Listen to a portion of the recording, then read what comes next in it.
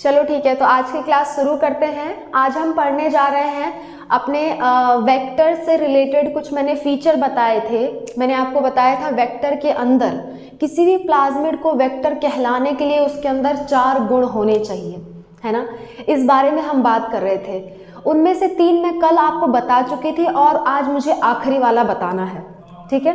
तो एक बार रिवाइज करवा देती हूँ क्या क्या गुण होने चाहिए किसी प्लाज्मिड में वेक्टर कहलाने के लिए। देखो, मैंने आपसे कहा था किसी भी वेक्टर में, वेक्टर यानी किसी भी संवाहक में क्या होने चाहिए, कुछ गुण होने चाहिए, है ना। क्या होने चाहिए? 4 गुण होने चाहिए। पहला गुण तो उसका ये होता है कि वो क्लोनिंग वेक्टर हो, यानी अपनी कई सारी कॉपी बना सके, ऐसा वेक्टर होना चाहिए, ऐसा संवाहक होना चाहिए। दूसरी बात मैंने आपको बताई थी, दूसरी बात क्या बताई थी कि वो जो वेक्टर है उसके पास ओराई होनी चाहिए, यानी प्रतिकृति बनाने का स्रोत होना चाहिए, प्रतिकृतियन की उत्पत्ति उसके पास होनी चाहिए, यानी जहाँ से वो अपनी कॉपी बनाना स्टार्ट कर सके, ऐसी कोई जगह है उसके पास होनी चाहिए, तभी तो अपनी कॉपी बनाएगा और तभी तो जाके हमको फ़ायदा होगा, ठीक है। तीसरी बात उसके पास क्लोनिंग साइट होना चाहिए, क्लोनिंग साइट जिसे हम कहते हैं क्लोनिंग स्थल, हिंदी में कहते हैं क्लोनिंग स्थल, यानी वह जगह जहाँ पे प्लाज्मिड के अंदर हम क्या जोड़ दें, वांछित डीएनए जोड़ दें, वह जगह, वह साइट जहाँ पे हम डिज़ायर्ड डीएनए यानी वांछित डीएनए को ला करके जोड़ सकें, ऐसी कोई जगह होनी चाहिए। उन जगह के मैंने एग्जाम्पल बताया था PBR 322 में, एग्जाम्पल था BAM-H1, SAL1, ऐसे करके हमने एग्जाम्पल देखे थे। आज हमको आखिरी वाला पढ़ना है जो कि है आपका सेलेक्टेबल मार्कर, ठीक है।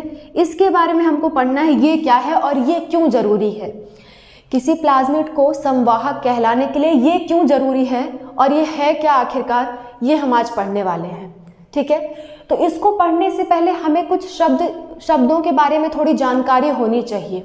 वो शब्द क्या है देखते हैं, ठीक है। तो इसको मैं मिटा रही हूँ क्योंकि आप तो पहले से ही इसको लिख चुके हो, बस आज हम थोड़ा सा समझ रहे थे, मैं थोड़ा सा समरी दे रही थी। अभी कुछ देर बाद मैं आपको ये लास्ट वाला बताऊंगी क्योंकि ये तीनों तो हम पिछले लेक्चर में कर चुके हैं। अगर आपने नहीं वो लेक्चर देखा है तो डिस्क्रिप्शन में आपको पहला जो लिंक मिलेगा वो पूरी प्लेलिस्ट है बायोटेक्नोलॉजी की, आप उसे जाके देख सकते हो, ठीक है। चलो तो स्टार्ट करते हैं, समझते हैं सेलेक्टेबल मार्कर को, ठीक है। चलो, ये जो चौथी प्रॉपर्टी है किसी संवाहक के अंदर, किसी प्लाज्मिड के अंदर होनी चाहिए उसको संवाहक कहलाने के लिए, वो चौथी प्रॉपर्टी है आपकी सेलेक्टेबल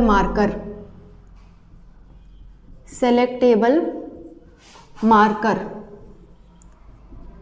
यानी वर्ण योग्य चिन्हक। अब ये क्या होता है अभी थोड़ी देर में हमको समझ में आ जाएगा, उससे पहले हमें कुछ शब्द समझने हैं। वो शब्द क्या है? वो शब्द है ट्रांसफॉर्मेशन, जिसे हिंदी में कहते हैं हम रूपांतरण, और दूसरा शब्द है हमारा रिकॉम्बिनेशन, जिसे हिंदी में कहते हैं पुनर्योजन,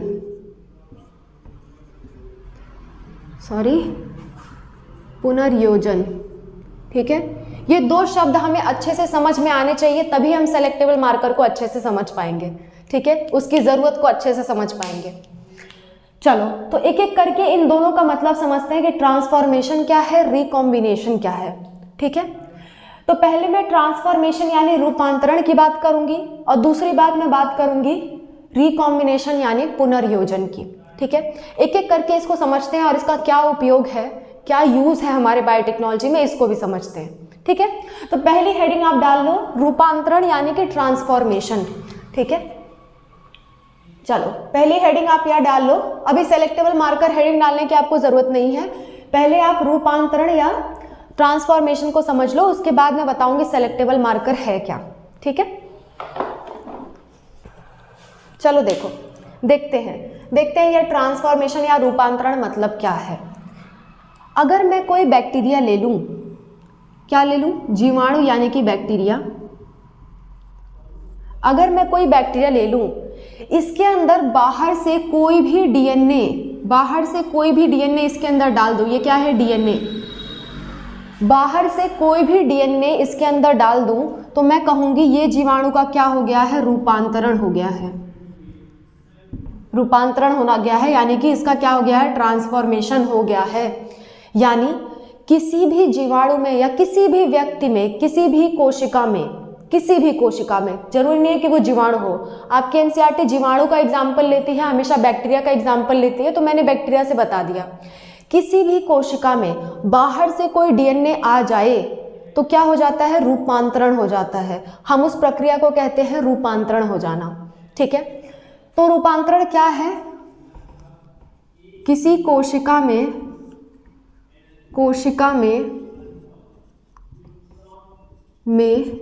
ठीक है, कोशिका यानी कि यहाँ पे जीवाणु की बात है, बाह्य डीएनए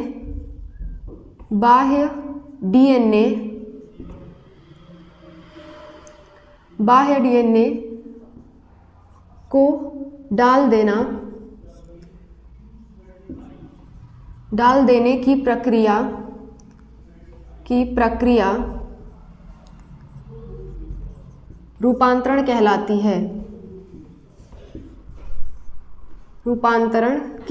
है। या इंग्लिश में अगर मैं बताऊं, the process of introducing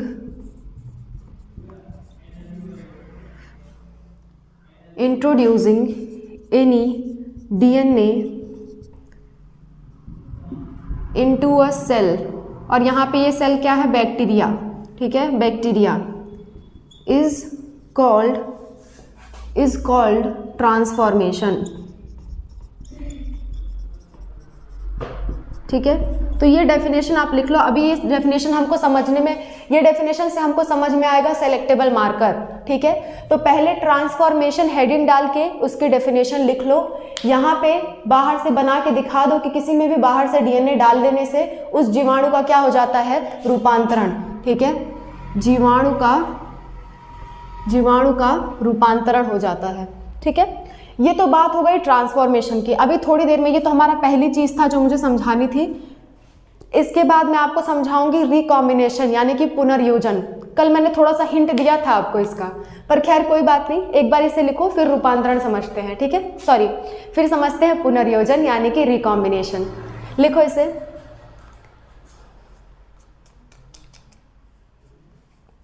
I hope आपने इसे लिख लिया होगा। तो चलो आगे की बात समझते हैं, जो कि है आपका पुनर्योजन यानी कि रिकॉम्बिनेशन। यहाँ पे ध्यान देना, कोई भी डीएनए हम बाहर से डाल दे तो हम क्या कहते हैं, ट्रांसफॉर्मेशन। ठीक है, कोई भी डीएनए हो सकता है, ये जरूरी नहीं है हमारा वांछित डीएनए हो। मैं ऐसा नहीं कह रही हूँ, मैं नहीं कह रही हूँ कि वांछित डीएनए या डिजायर्ड डीएनए, मैंने कहा कोई भी डीएनए है।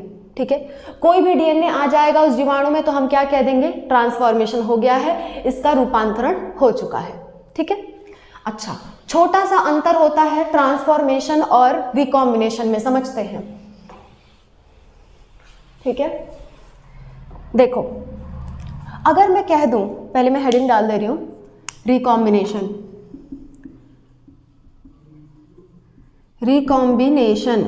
ठीक है, रिकॉम्बिनेशन जिसे हम कहते हैं रूपांतरण, सॉरी पुनर्योजन, इसे हम कहते हैं पुनर्योजन। ठीक है, पुनर्योजन का मतलब क्या होता है समझना। पुनर्योजन होता है किसी डिजायर्ड डीएनए यानी कि वांछित डीएनए किसी वांछित डीएनए में, ठीक है, किसी वांछित डीएनए को जब किसी प्लाज्मिड से, ये मैंने कल आपको बताया था, प्लाज्मिड से जब जोड़ दिया जाता है तो इस प्रक्रिया को हम कहते हैं, इस प्रक्रिया को हम क्या कहेंगे, इसी प्रक्रिया को हम कहेंगे आपका रिकॉम्बिनेशन। कल मैंने आपको ये बना के दिखाया था, है ना, ये आपका क्या है, रिकॉम्बिनेंट है, डीएनए। या फिर रिकॉम्बिनेंट प्लाज्मिड भी कह सकते हो, यानी पुनर्योजित डीएनए, ठीक है, पुनर्योजित डीएनए। और ये काम किससे किया जाता है? एक एंजाइम के द्वारा जो होता है आपका डीएनए लाइगेज, ये होता है आपका डीएनए लाइगेज, ठीक है। एक बार इसे आप बना लो, शायद आपने कल भी बना लिया था, अगर आपने नहीं बनाया है तो एक बार इसे बना लो, फिर मैं इसका डेफिनेशन एक बार आपके लिए लिख देती हूँ, ठीक है। चलो, ठीक है, आई होप आपने बना लिया होगा। तो मैं इसे अब मिटा रही हूँ और मैं इसका डेफिनेशन लिखने जा रही हूँ, रिकॉम्बिनेशन क्या है। देखना, यही बात मैं आपको शब्दों में लिख करके दिखाऊंगी, यही बात मैं आपको वर्ड्स में लिख करके दिखाऊंगी, ठीक है। देखो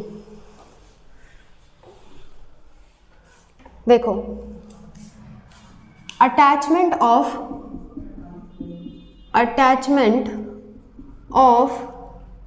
desired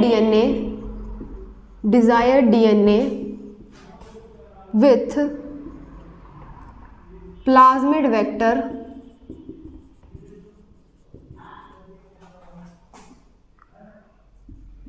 with the help of DNA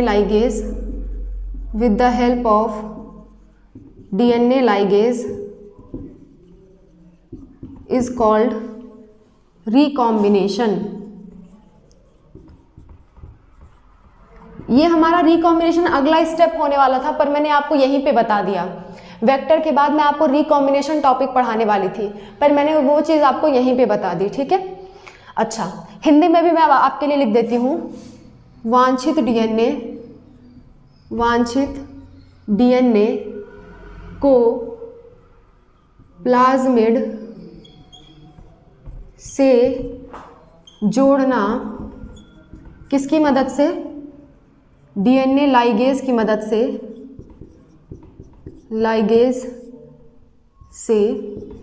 ठीक है, डीएनए लाइगेज एक एंजाइम है, उसकी मदद से जोड़ना ही पुनर्योजन कहलाता है,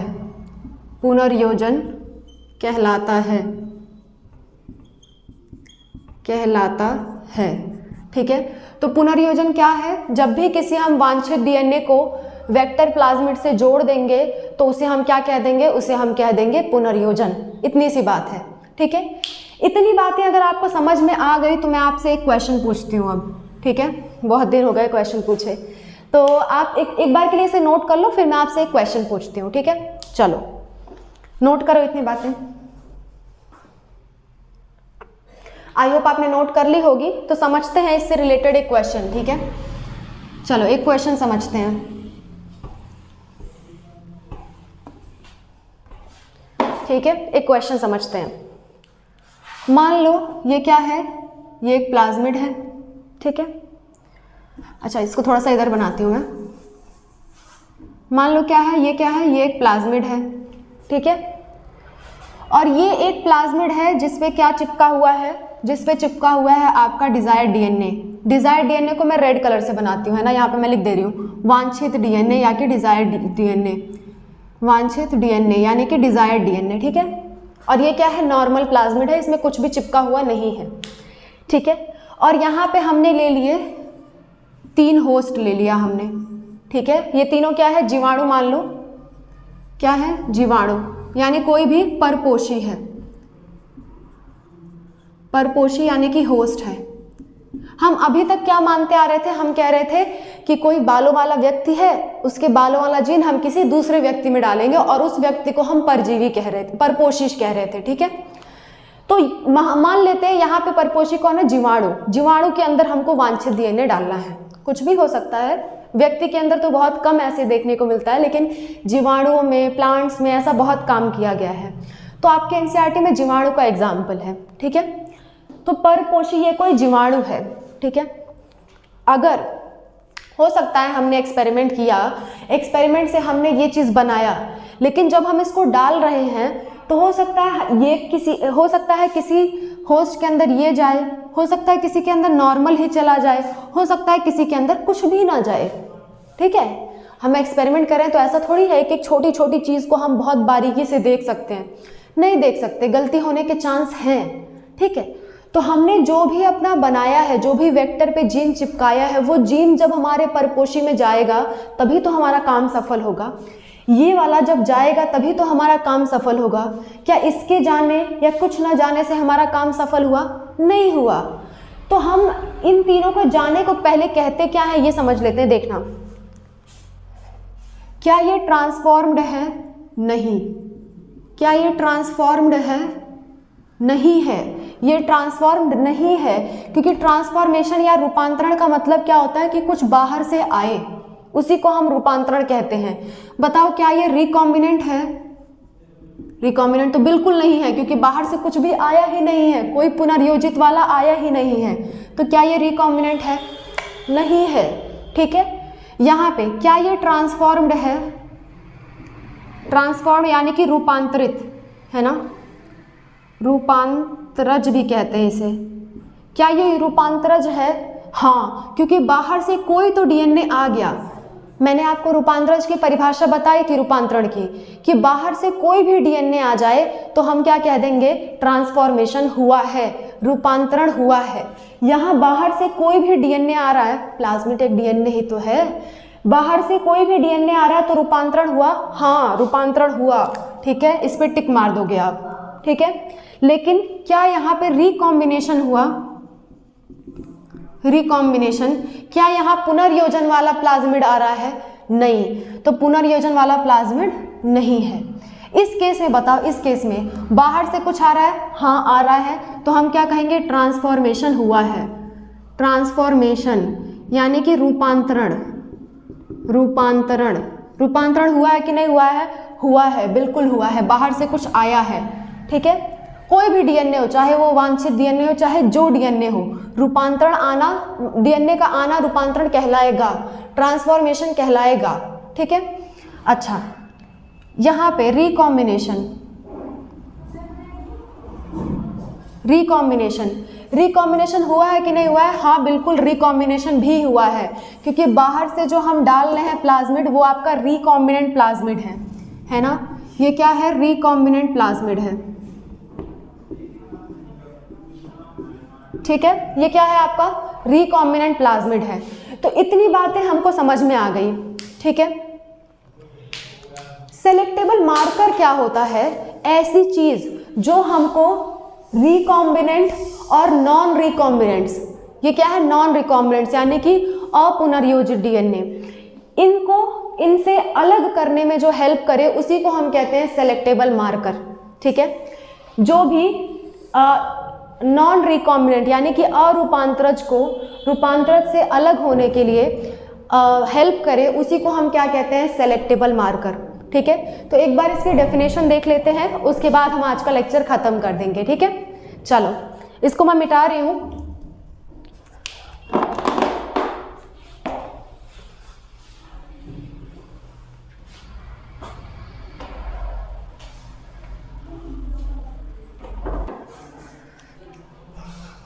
ठीक है, तो हमने क्या समझ लिया? हमने समझ लिया सेलेक्टेबल मार्कर वो चीज़ें होती हैं जो हमारे जो अपुनर्योजित है उसको पुनर्योजित से अलग करने में मदद करें। ठीक है, तो इसका एग्जाम्पल होता है, देखो पहले मैं इसका डेफिनेशन लिख देती हूँ, आप मेरे साथ साथ डेफिनेशन लिख लो, फिर आगे की बातें समझते हैं। ठीक है, चलो देखो, वर्ण योग्य चिन्हक वर्ण योग्य चिन्हक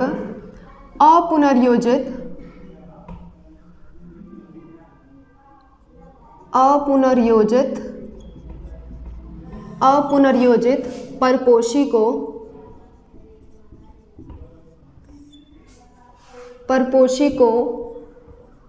पुनर्योजित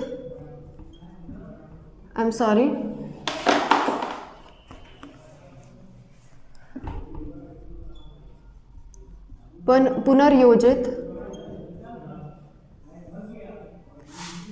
परपोषी से अलग करने में या पृथक करने में में सहायक होते हैं।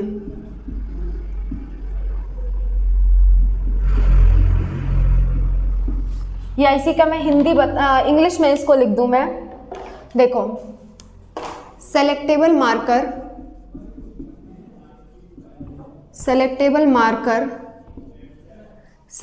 Marker recombinant host, selectable marker helps in identifying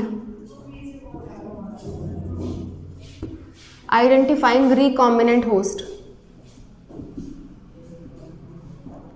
ठीक है, सेलेक्टेबल मार्कर क्या करता है, हेल्प करता है रिकॉम्बिनेंट होस्ट को आइडेंटिफाई करने में, पहचान करने में। और दूसरी इंपॉर्टेंट बात कि सेलेक्टेबल मार्कर कहाँ होना चाहिए, होस्ट में नहीं होना चाहिए, क्योंकि होस्ट से हम छेड़छाड़ नहीं कर सकते। ठीक है, होस्ट बाहरी आदमी है, उसके साथ छेड़छाड़ नहीं कर सकते। तो ये मार्कर हम कहाँ लगाते हैं, अपने प्लाज्मिड में, क्योंकि प्लाज्मिड हमारे कंट्रोल की चीज़ें हैं। सारा काम हम प्लाज्मिड पे ही करते हैं। जो भी काम हमें करना है हम कहाँ करेंगे, प्लाज्मिड पे, डिजायर्ड जीन पे। होस्ट से कोई छेड़छाड़ नहीं होती है, परपोषी से कोई छेड़छाड़ नहीं। तो सेलेक्टेबल मार्कर कहाँ होना चाहिए, प्लाज्मिड में। प्लाज्मिड में कुछ ऐसा हम कर दें कि प्लाज्मिड जब जाए किसी होस्ट के अंदर तो वहाँ हमको पता चल जाए कि अच्छा ये वाला प्लाज्मिड होस्ट के अंदर गया है। ठीक है, जैसे मान लो, जैसे जेल इलेक्ट्रोफोरेसिस में हम क्या करते थे, डीएनए के ऊपर रेडियो एक्टिव चीज़ें डाल देते थे, इथिडियम ब्रोमाइड डाल देते थे, जिसकी वजह से वो चमकने लगे, है ना। मैंने आपको ये पढ़ाया था जेल इलेक्ट्रोफोरेसिस में, आई होप आपने पढ़ा होगा। अगर नहीं पढ़ा है तो जाके वो लेक्चर देखना। ठीक है, तो इथिडियम ब्रोमाइड डाल देते थे ताकि क्या हो जाए, चीज़ें चमकने लगे। ठीक है, यहाँ पे चमकने वाला कुछ हम नहीं डाल रहे हैं, हम कुछ ऐसी चीज़ें डालेंगे, अभी थोड़ी देर बाद समझेंगे क्या चीज़ें। कुछ ऐसी चीज़ें डालेंगे जिसकी वजह से जब ये होस्ट के अंदर जाए तो किसी तरह से हमें पता चल जाए कि ये होस्ट के अंदर गया है। ठीक है, होस्ट के अंदर वांछित डीएनए को लेकर के गया है, ये हमें पता चल जाए। तो ऐसी चीज़ें जो पता चलने में मदद करें उसी को हम कहते हैं सेलेक्टेबल मार्कर, और ये कहाँ होंगी, प्लाज्मिड पे होंगी। ठीक है, तो आप लास्ट लाइन लिखोगे, it is present on plasmid, it is present on plasmid, यानी कि हिंदी में यह प्लाज्मिड पर उपस्थित होती हैं, यह प्लाज्मिड पर उपस्थित होती हैं। ठीक है, इतनी बातें आप लिख लो, फिर मैं आपको बताती हूँ कि आखिर ये सेलेक्टेबल मार्कर के एग्जाम्पल क्या क्या हैं। वहाँ तो हमने कह दिया इथिडियम ब्रोमाइड था, यहाँ पे भी सेलेक्टेबल मार्कर के लिए कुछ तो कहना पड़ेगा ना कि क्या है सेलेक्टेबल मार्कर, तो मैं आपको उसके एग्जाम्पल लिखवाती हूँ। ठीक है, तो इतनी बातें आप नोट करो, फिर मैं एग्जाम्पल बताती हूँ आपको। आई होप आपने नोट कर लिया होगा, तो एग्जाम्पल देखते हैं। ठीक है,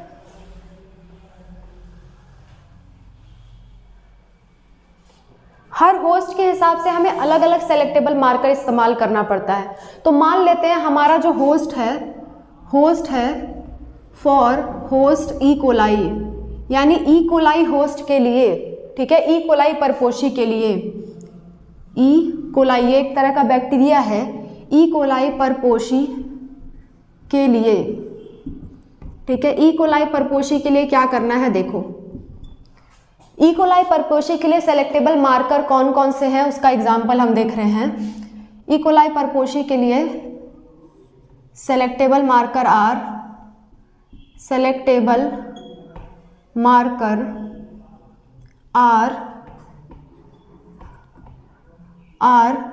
antibiotic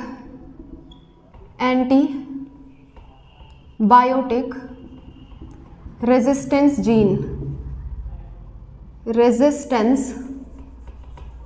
antibiotic resistance gene. Example कौन कौन से antibiotic resistance gene, ampicillin resistance अभी मैं एक साथ लिख दूंगी। दूसरा है टेट्रासाइक्लिन, तीसरा है केनामाइसिन। ठीक है,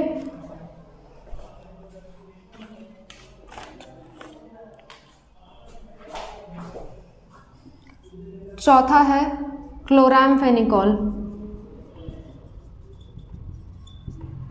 इन सब के रेजिस्टेंस जीन हम ले लेंगे, रेजिस्टेंस, ठीक है। इन सब के लिए रेजिस्टेंस क्या हो जाएगा, सेलेक्टेबल मार्कर हो जाएगा। कैसे, हम अगले लेक्चर में देखेंगे, यही चीज हमको अगले लेक्चर में देखनी है, ठीक है। PBr322 नाम का जब वेक्टर पढ़ेंगे तो हम समझेंगे ये सारे सेलेक्टेबल मार्कर की तरह कैसे काम कर रहे हैं, ठीक है।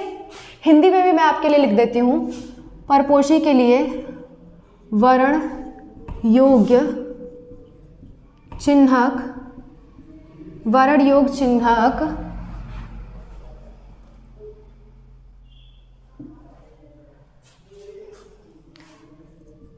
प्रतिजैविक, जिसको हम कहते हैं एंटीबायोटिक, ठीक है, प्रतिजैविक प्रतिरोध जीन होते हैं एग्जाम्पल एम्पिसिलिन,